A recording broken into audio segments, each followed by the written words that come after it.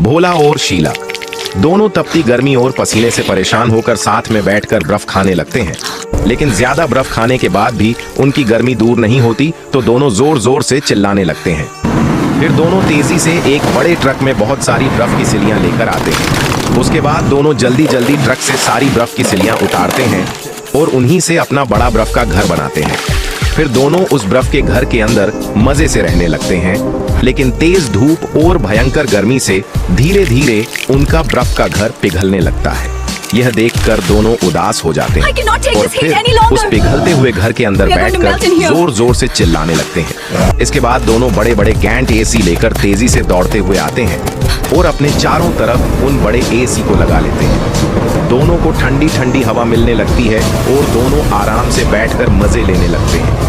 लेकिन तभी तपती गर्मी और तेज धूप की वजह से दोनों बड़े एसी में आग लग जाती है।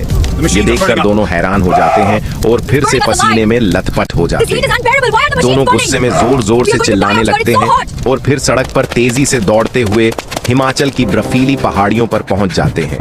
वहां जाकर दोनों बड़े फावड़ों से अलग अलग गड्ढे खोदते हैं और फिर उन गड्ढों में बैठकर अपने शरीर को बर्फ से ढक लेते हैं।